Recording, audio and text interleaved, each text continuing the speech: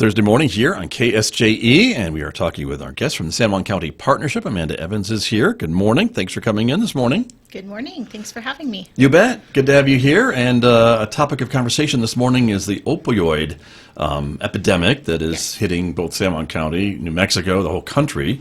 Still pretty hard, isn't it? Yes, yeah, and we're actually seeing a bigger increase in fentanyl use right now in San Juan County, so it's getting very concerning, and so we're trying to make some roads into that. Right, and so the partnership, the San Juan County Partnership, has received a grant, at least one grant, to help to get programs out to educate students and the rest of us about the seriousness of this problem and try to help.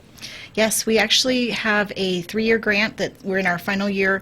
Hopefully we'll get extended, but right now we're kind of finishing up some work with Department of Health around just specifically opioids.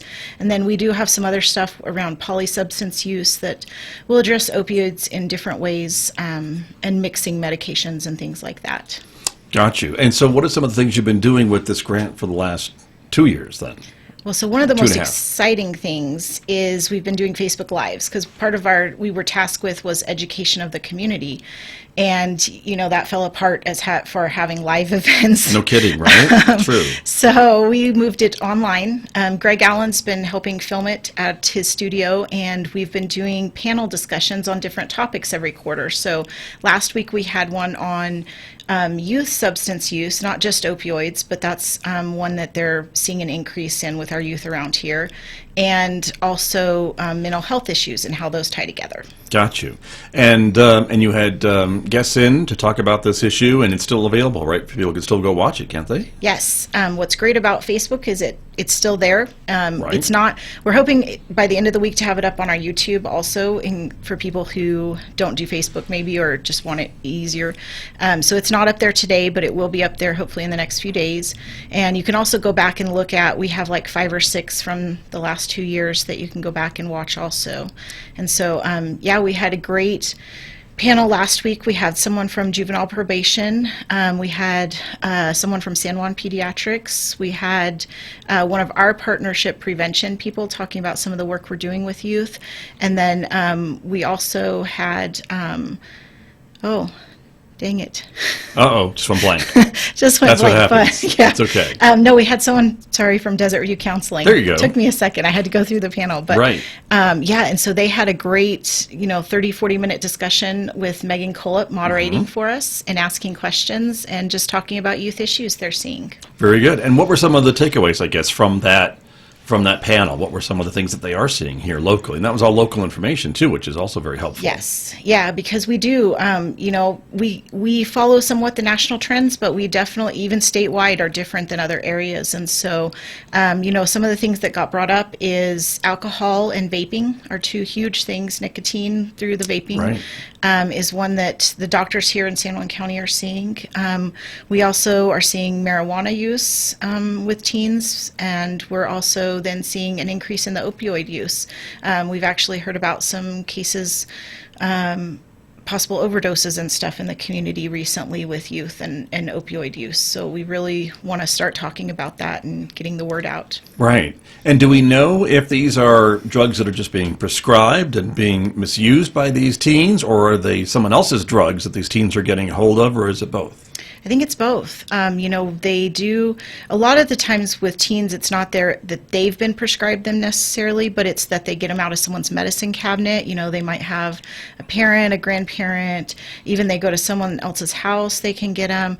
But there's also street options for that. And then again, with seeing the increase in fentanyl, we're really looking at danger because it's such a more concentrated, easier to overdose type of thing. Right. And both of these things are highly addictive, right? I mean, that's what's causing this massive problem is people will take it for legitimate reasons. They'll be prescribed, but then they sometimes get addicted. Not everybody, but sometimes they do, and then it's hard to get off of those drugs. It is. It's not. It's not something that if you have a procedure and the doctor gives you a prescription for it that you're going to get immediately hooked, on the first pill. Right. But it is highly addictive, and it can be really hard then because of the changes it does to your brain and different things. A lot of people, that's one of the things this grant addresses is Medicaid assisted treatment. So we have some programs here. Ideal Option is one that works with us, and a few other treatment providers in the community that have actually medications that can help you get off these drugs. And so there are lots of options. There's counseling that goes with that, like Desert View helps provide. There's, again, the Medicaid assisted treatment. For some of these drugs, that's really what people need. And some of them have to be on it long term to be able to stay off of it. Right, because I know there are stories or cases of people that have just been addicted for a long time and find it very hard to break that and to get off of that drug addiction. Yes, and it's not, I think there's a real stigma around that medicated assisted treatment because people feel like, well, if I go in and, I use it for a little while and then I should be able to get right off of it. And it's not always the case. For some people it is, but it's an individual situation that you need to work through with the doctor you're working with and things, because there are people, there are people who have diabetes or other conditions that are on medication their whole life to treat an issue. And that can be the same way with medicated assisted treatment. Right. How much do we think that COVID has played into this epidemic? I almost said pandemic, but COVID's the pandemic, but the epidemic is the opioid abuse of folks just being, locked at home, can't go out, can't do this, can't do that. I mean, obviously, I would think there'd be an impact from the pandemic. Yes, we're seeing nationwide trends of higher alcohol use. We're seeing statewide, San Juan County wide. We actually had our community survey that we did in the spring that we're just getting the results from that. And that showed an increase in alcohol use.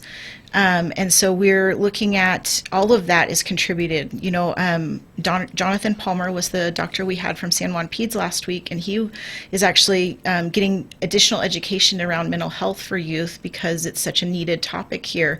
And a lot of the thing is mental health ties into opioid and drug use with all ages, but especially youth, because it's a self-medicating thing. If they don't get the help they need, then they try to fix it themselves. Got you. And make the wrong choice. Right. In many cases. And so that's the issue. And so this forum that you held was really focused on youth issues, right? And youth substance abuse issues. Yes, this last one was, as I mentioned, we do them quarterly. So the one before that was actually on fentanyl itself. So we've done different, and before that we did one on adult resources in the community. So we try to change up the topic to hit different audiences, to hit different kind of things that are topics that are going on in the community. We want to kind of make it to where something, people can go through and watch those again and they're still relevant. Right. And are there some links to resources or information about resources too during these programs? Or I guess folks could call the partnership to find out maybe referrals to find out more about some of the resources that are mentioned during the program? Yes, and we actually have the partnership for many, many years has put out a youth and family resource guide. And so we've updated that. And then, so you can call the office and get like a hardbound copy. We only have a few of those, but better is to go on our website because it has the updated. So the online copy, once you print something, it's out of date by tomorrow. So we are able to keep the one that's online a little more updated. And so you can go, it's just a PDF file you can download. It has all kinds of different resources. It has stuff with drugs. It has stuff with counseling, housing, food, anything someone might need for their family.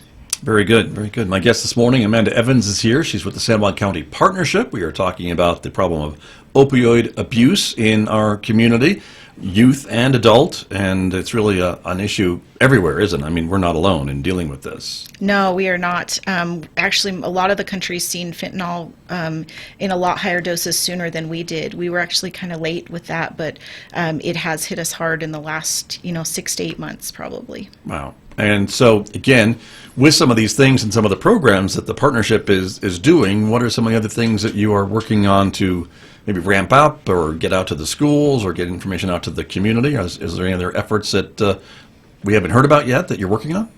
Well, we have always got something going I on figured, at the partnership. I We have a lot of billboards going up right now. Some of them you've probably already seen that say "Be true to yourself," and they're focused on youth.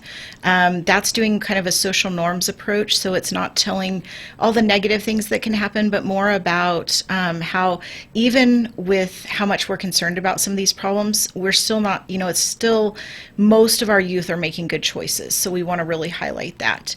And then we're also going to be having some new billboards and some new advertising going up around naloxone or Narcan use. Right.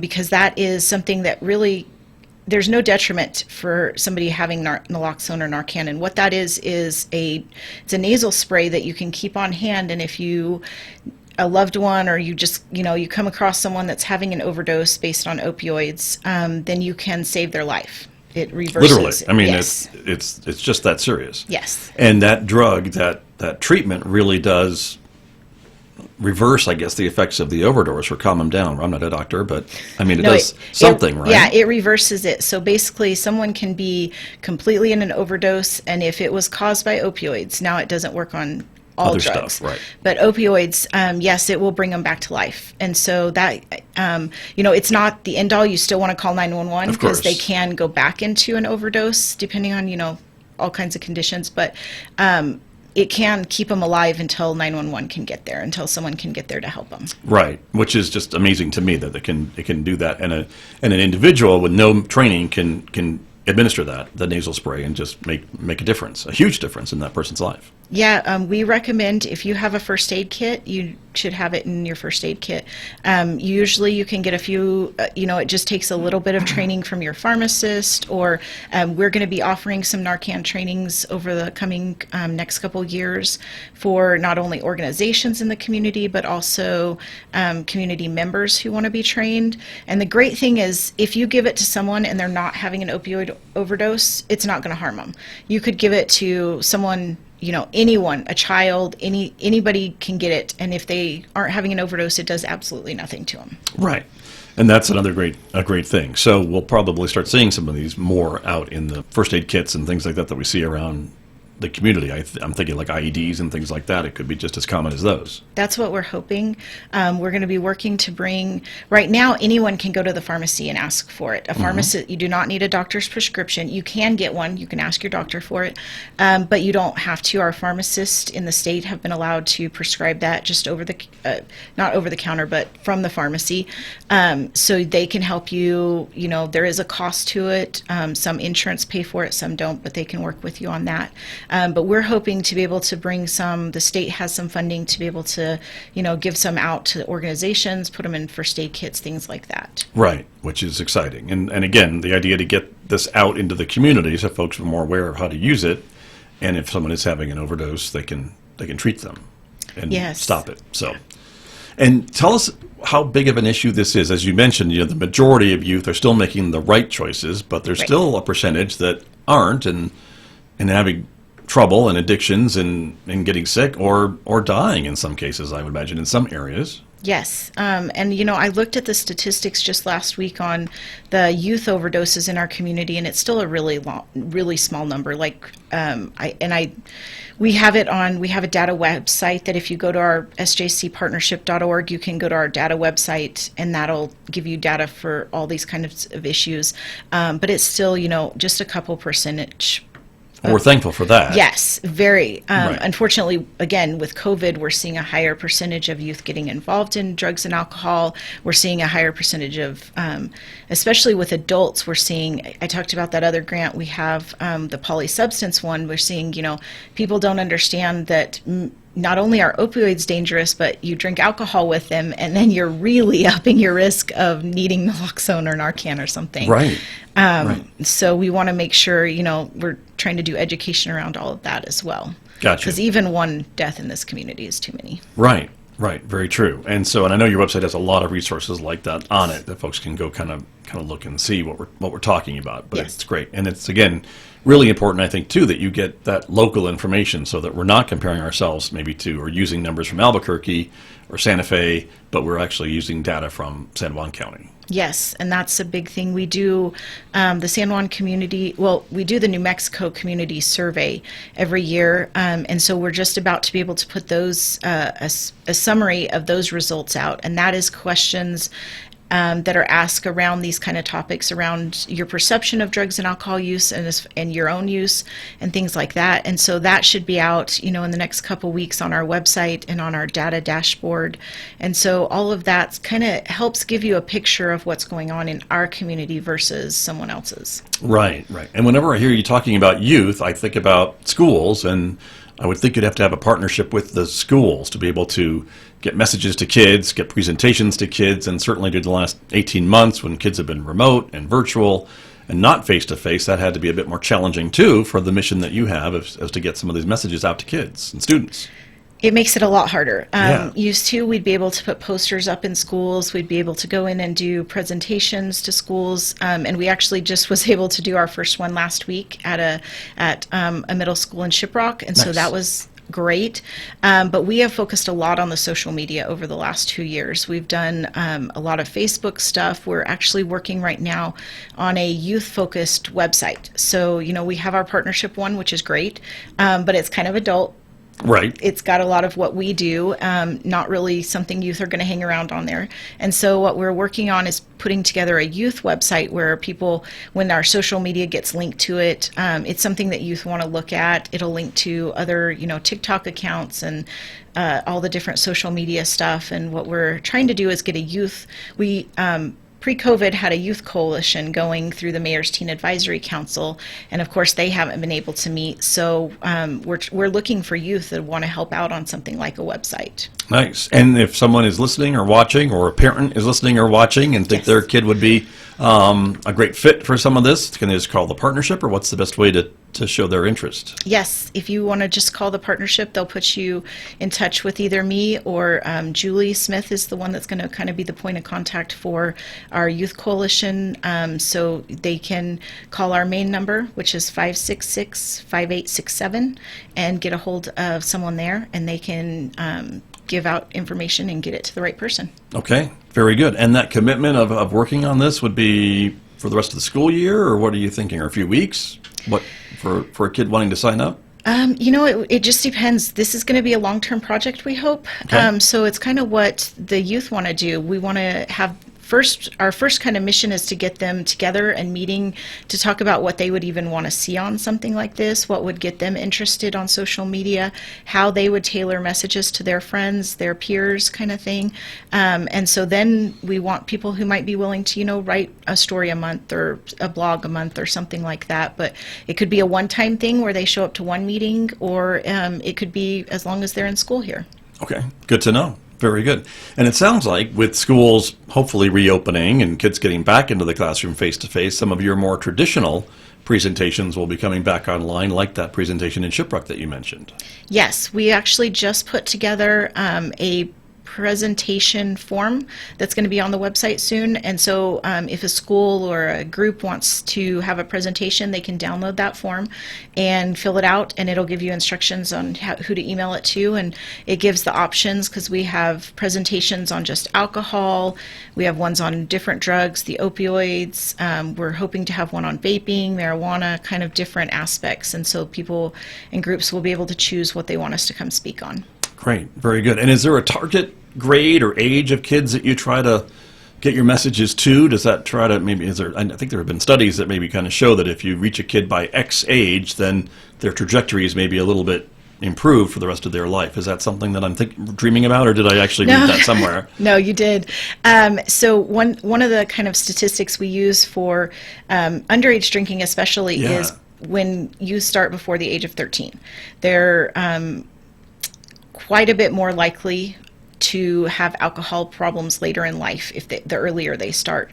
So we're trying to reach, 5th grade, 4th grade, and up kind of is what our target right now is. We actually have, Julie is doing a program over at the Boys and Girls Club with like the middle school 6th through 8th graders.